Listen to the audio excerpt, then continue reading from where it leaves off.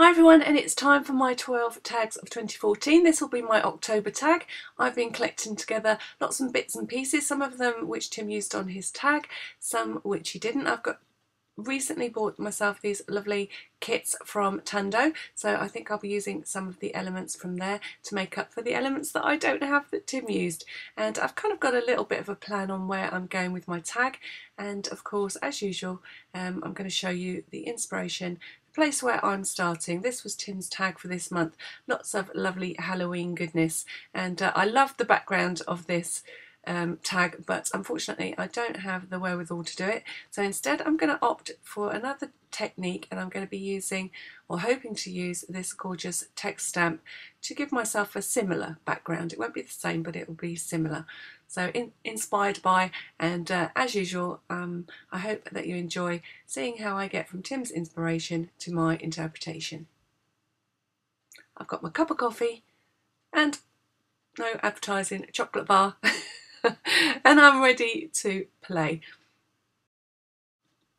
So I'm starting out by creating my version of Tim's background. He used a stencil and embossing paste to create a resist, and I am going to create two kinds of resist, one using embossing powder, and that's how I'm going to create my moon, and then I'm going to try and do a water, I think it's called ghosting, so it's appropriate for Halloween, that I should be trying to create the word background using water and stamping to lift the ink off my tag in order to create another layer of interest in my background. So I'm starting out by creating a little mask for the moon, and I found this pot of hand cream just the right size, and I'm just drawing around it on my post-it note and paying attention to sort of the position that I want for the moon to sit on my tag. So I'm just carefully going around and cutting out my mask.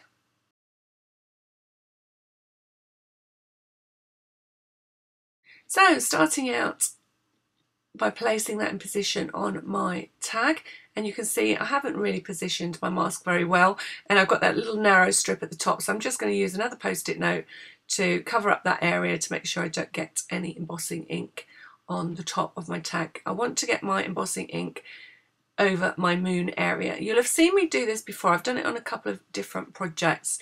This is a little technique that I came up with when I wanted to create a sort of mottled effect to look like the surface of the moon. So I'm just using a little piece of foam and a few dots of perfect medium embossing ink that I'm taking from a refill bottle. You don't need much, and you just need to create a little mottled surface inside your mask. Now unfortunately my little piece of foam had a few small hairs on it, so I'm just getting rid of those and then coming back in and making sure that I've got a mottled surface, and you can check that just by turning your tag to the light, and you can see how much ink you've got on there. And I tend to try and create a little bit extra around the edges and less towards the middle. And at this point you're going to remove your mask and dip the whole area into some clear embossing powder. So make sure you cover the whole surface of your moon, and then give it a really good flick. Normally you don't tend to want to knock off your embossing powder, but this time you want to keep that mottled effect. So even if you end up with too much embossing powder on there, just take a little scruffy brush and knock a few pieces of that embossing powder off, and then heat set it in the normal way until it goes nice and shiny. So Tim created his spooky background with his brand new sprays, and my lack of sprays means, of course, that I really do want to buy some of them for myself. Not that I really need an excuse, but I do have a couple of Diane Reevely's sprays, Dilutions, so I'm going to be using those, and I'm a little bit limited because I've only got a couple of colours, but as it happens they just happen to be the spooky ones. So I've got some orange, some yellow and some black. Unfortunately my orange runs out, as you will see in this video, but I still like the kind of start that it gives me, and I use my Distress inks to finish things off. So as with all sprays, sometimes you don't quite get what you want, and that's because this spray is running out. Not that there was anything wrong with it. It's just got a tiny bit left in the bottom. So I'm doing my best to get as much orange onto the tag as I can, and then finishing off the top of the tag using a little bit of scrap just to stop it spraying absolutely everywhere. If I wasn't doing this on camera, I'll probably do this inside a box. It just catches all that overspray and stops you from spraying everything on your table. So again, I'm just trying to get more of that orange, but it really isn't cooperating. But I'm loving all those little droplets the ink is forming. So that is that texture that really works well in creating the background for this tag. So I've changed tack and I'm just using a little bit of yellow now just to emphasise the lighter area at the bottom of the sky. Sometimes things don't quite go to plan, so I like the way this is starting to look, but I didn't expect to have this little bit of spillage coming under my mask, but hey ho, in the end it actually all works out nicely. So it wasn't too phased by the fact that the ink had run underneath, because it's the right colours for the way I wanted the background or the landscape to go. So I'm just going to spray a little bit more with the yellow to start filling in that bottom area, and then I'm going to dry off the tag and move on to using my distress inks. So if you're heat drying anything when you've already got embossing powder on your tag, don't forget to avoid that area if you can, so that you don't remelt or over melt the embossing powder.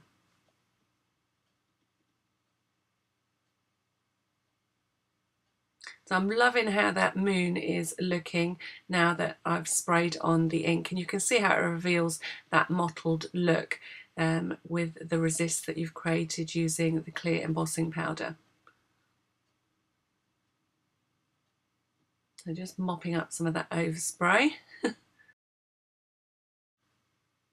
So now I'm going to be working with my black soot and spiced marmalade distress inks and just deepening this background, ready for the next stage in the process that I intend to use to create the background.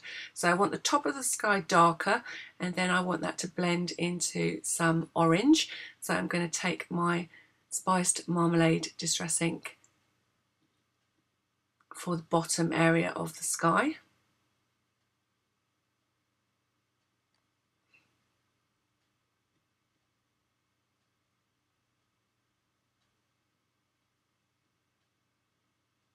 I'm just taking it down to the bottom of the tag just to deepen some of that yellow, but I still keep that lovely texture that I created with the sprays. Now I want to create myself a mask, sort of the reverse. Couldn't quite work this out, then suddenly realised actually I shouldn't be doing it from this angle, I should be doing it from the sky. So this is when it hits. No, that's the wrong way around. Sometimes it does take a little while to filter through, and so I'm creating my mask to mask the sky because I want to work downwards with my distress inks just to create some shading to form a little bit of a landscape. So I'm just bringing that black soot down over the post-it note and onto the tag, and that way I'm just creating a line, a horizon line for the land that's going to be where my pumpkins sit. So just checking that things are going to plan. I quite like that, and I'm just going to create another layer, another little hill using that same technique.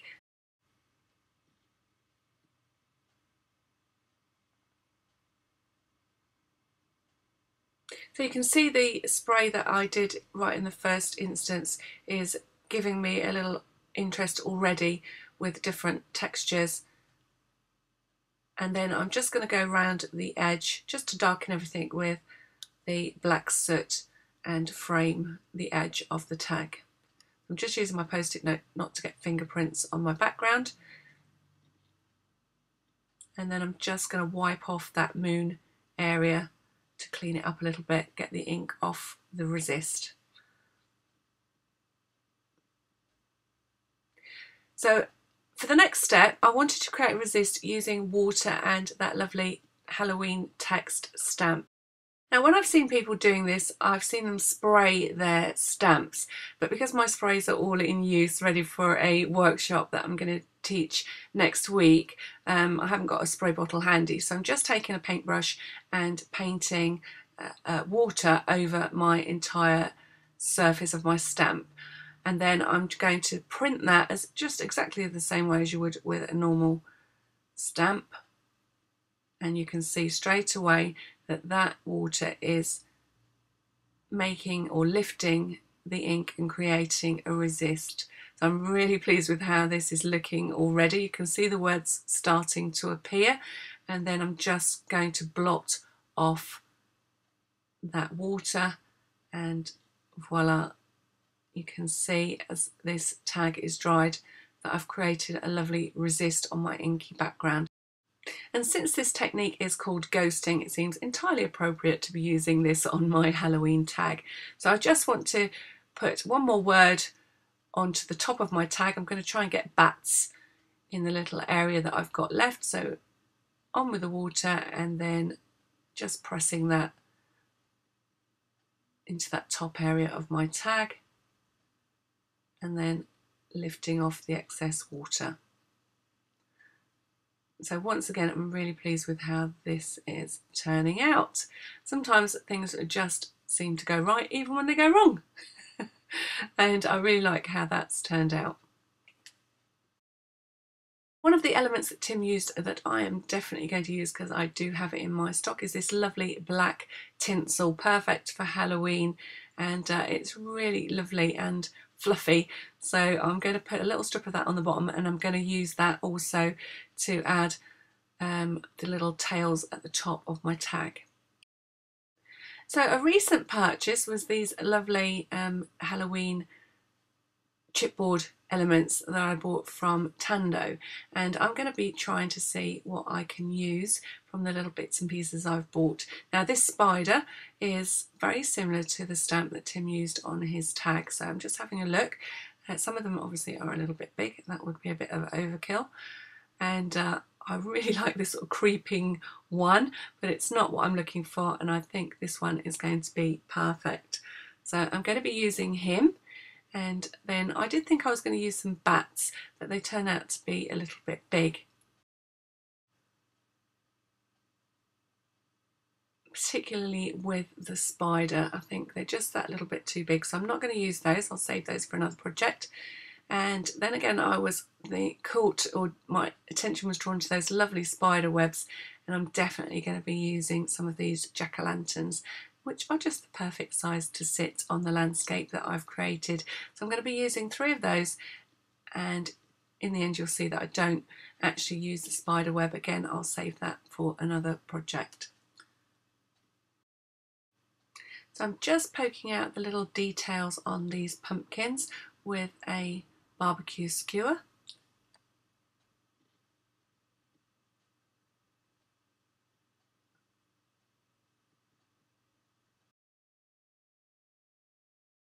I decided to base coat the pumpkins with some white gesso, just so that the orange that I put on top with my distress paints is stays quite vibrant. So I'm just really covering up the grey of the chipboard because I'm using a brighter colour on top. I'm not going to bother with the spider since the spider is going to be black. And now it's all about bringing these little chipboard elements to life. So I'm using wild honey, mustard seed and black soot. I did think I was going to put some green, but I only used that peeled paint on the little stalks of the pumpkins, so not much green paint at all. So the spider colours really easily. I thought I'd colour both sides because I wasn't sure if any of the legs were going to be hanging off the side of my tag, and as it happens, it looks like it would make a good stamp as well. And then once I've base coated my pumpkins, I'm going to just use the yellow and a little bit of the black soot in order to create the ridges on the little pumpkins.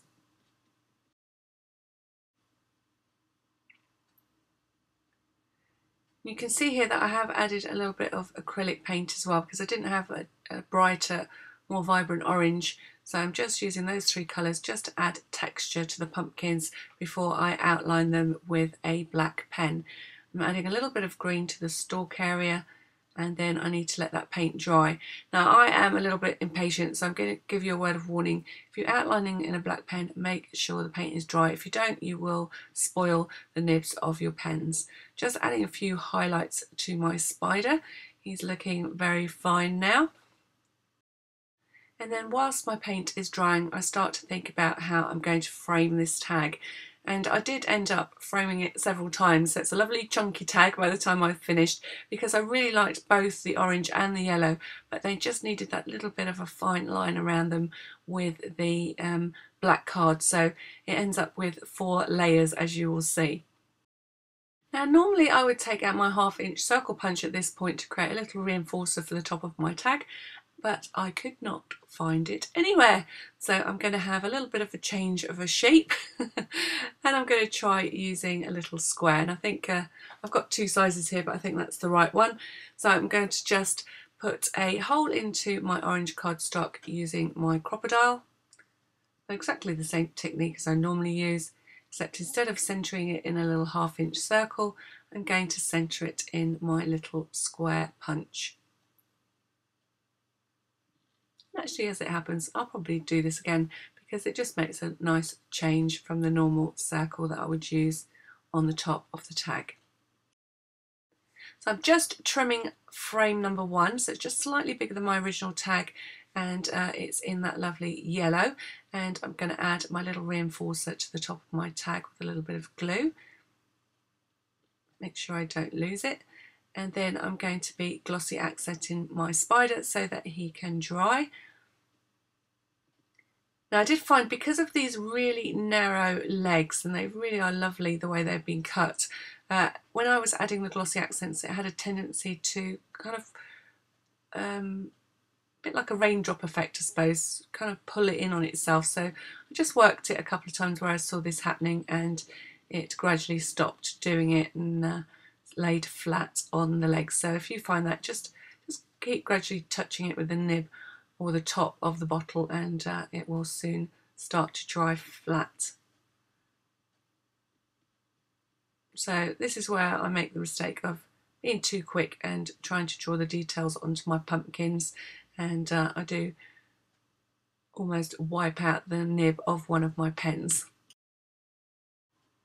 So I'm just trying to be quite sketchy with what I'm doing, and I'm just adding a little outline all the way around the pumpkin, and then adding in those little segments that a pumpkin has, as well as drawing around the features on each of the little pumpkins.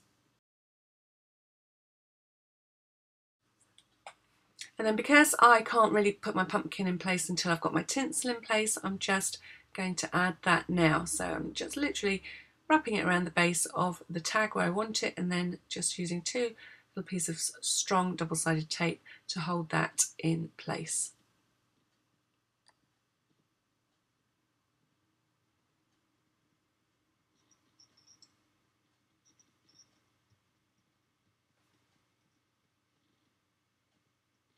This is where you can see my pen starts to give up the ghost. So as my mum has said to me many times in the past, don't do as I do, do as I say. And that way you won't mess your pens up by trying to draw on paint that's too wet. Make sure your little pumpkins are dry and then outline them. You'll get a much better finish and you'll keep your pen stock intact.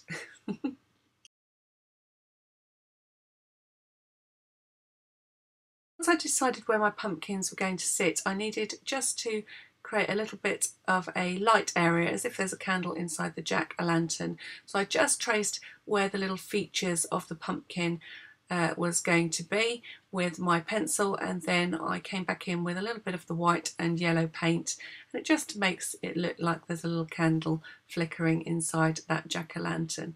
So once I've got the little light in place, then I can stick my pumpkin in place. I'm just using my PVA glue in order to do this.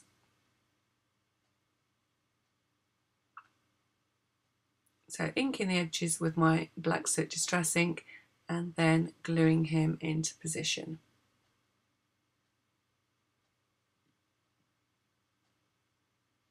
So again, marking the position of the features, a little bit of paint,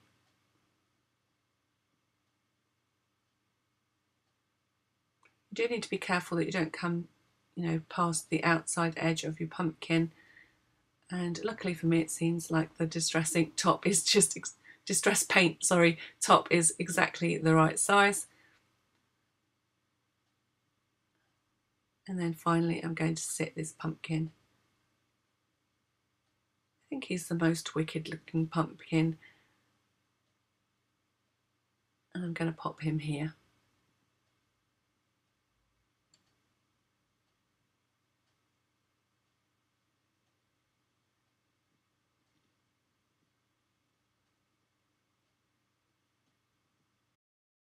And then it's out with the glossy accents, and mine are starting to run out, so I must get some more of that. I love adding glossy accents to all my projects, and it just adds another little dimension, and it really is a lovely finish, gives you a great shine, and it's going to work perfectly on these pumpkins.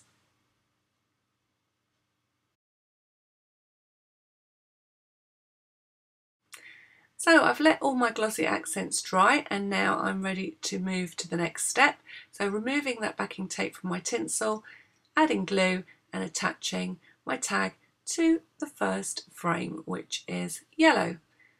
Attaching my lovely glossy spider in front of the moon. You can see his legs do hang off the edge of the tag slightly. And then I'm going to frame my tag again. So this time I'm using black, and I'm trying to keep the frame really fine, so that's why I'm hand cutting it, just to make sure that I get a really fine edge.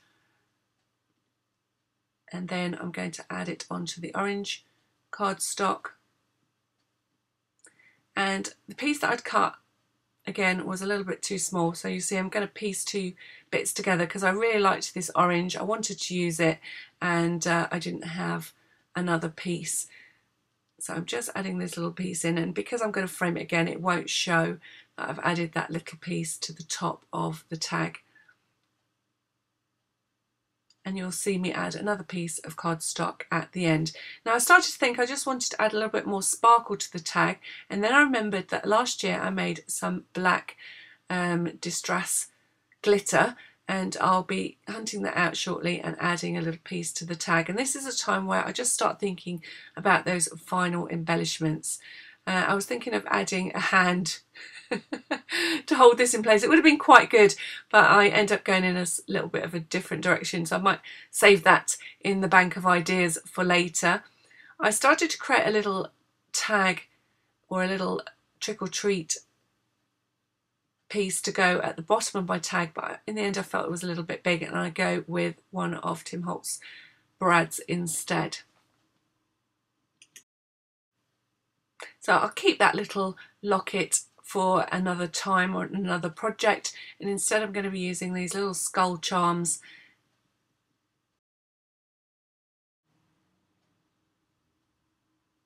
And one of these brads that you can personalise, but I found this little sticker that was perfect for this Halloween theme. So just adding the sticker and then adding the epoxy dome, and then I'm going to use that over my tinsel. So I just need to create a hole. I'm going to do that with a matte pin.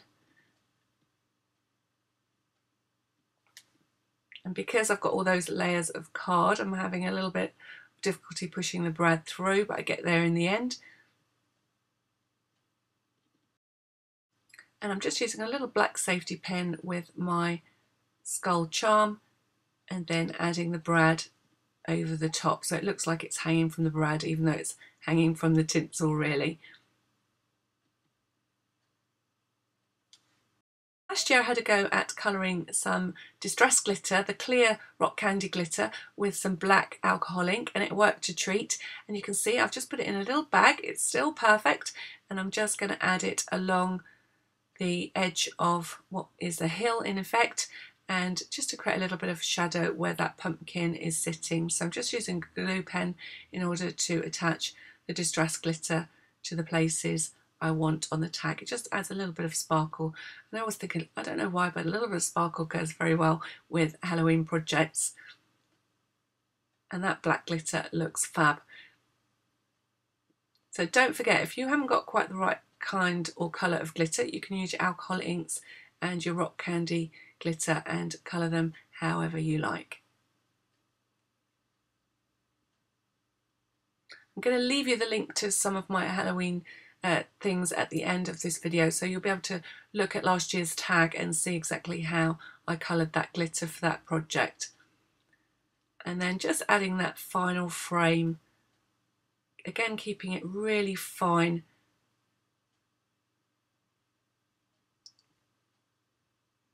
And I just think that these frames bring the whole project together.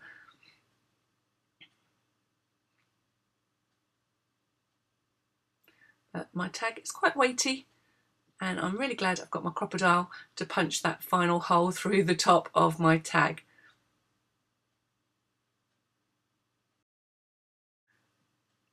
So 2 little lengths of tinsel, and I'm going to hook them through the top of the tag. Now it takes me a minute to get these poked through, and I end up doing them one at a time because they are quite thick, or should I say luxurious. And then I'm just going to loop them through the tag and poke the tails of the tinsel through. And actually I'm kind of thinking if I could have got 8 through, it would look like a spider sitting on the top of my tag. I definitely wouldn't have got 8 strands through altogether. And then just adding another one of those skull charms to the top of my tag with a safety pin. And then as usual I'm going to add Tim's original tag to the back of mine to remember where I started my journey, and also just turning the logo into a little charm to remind me, although I think the actual Halloween theme does give it away, that this is my October tag, and I'm going to mount both of them on a little bit of yellow cardstock.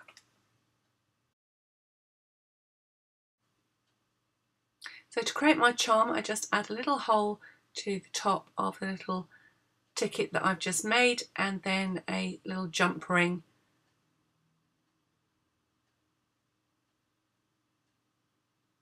and then I'm going to add that to the safety pin. Wish I'd thought of doing that first.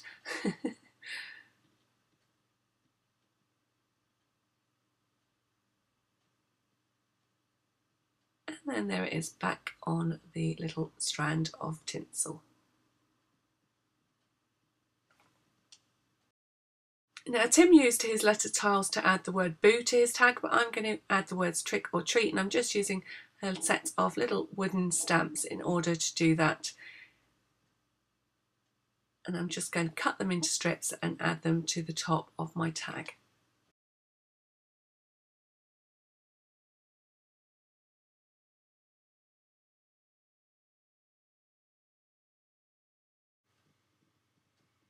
So my film ran out at this point, so I've had my tea and the light's changed a little bit, so I'm just adding a couple of lines around my little trick or treat words, and I think that that is my tag finished. But then I remembered something, doing something on previous tags, and that's creating cobwebs using my glue gun. So I'm just having a little play. I did think that I was going to pick up these little webs that I'm creating on my craft mat and put them at the feet of my spider, but it just kind of stuck together a little bit, so I didn't want that. I wanted it to be quite light, so I've decided I'm going to do it direct on my card, being brave. So I'm just touching the tip of my glue gun. I'm not pressing any glue out. I'm just relying on that little bit of glue and then stretching it backwards and forwards between the 2 feet of my spider until I've built up enough web that you can see it, but obviously that it still remains quite fine looking. It almost looks like my spider's about to drop a net on top of this unsuspecting pumpkin.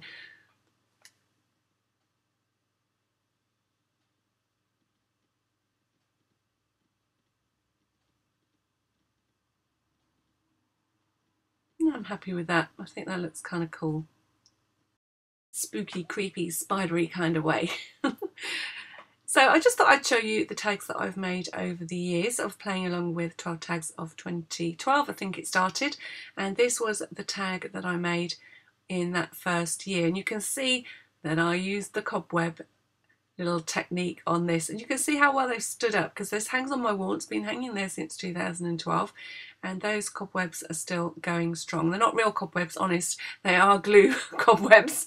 And you can see I've made this candlestick using pieces of rolled up card and paper, a little bit of hot glue for the flame with a bit of stickles, some wooden letters for the RIP.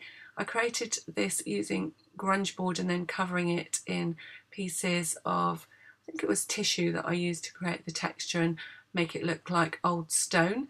I've got a couple of dyed black roses in my little rolled up jar or vase that I've then stickled to make it look a little bit more glamorous. And this one was much brighter, and it's all about creating spells. And I've got lots of lovely little tags. You can see that spider image. This time I've done it with that black distress glitter that I was telling you about that I made last year.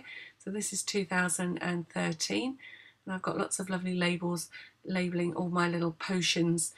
This one's got black and white stripes of, black and yellow stripes of glitter inside.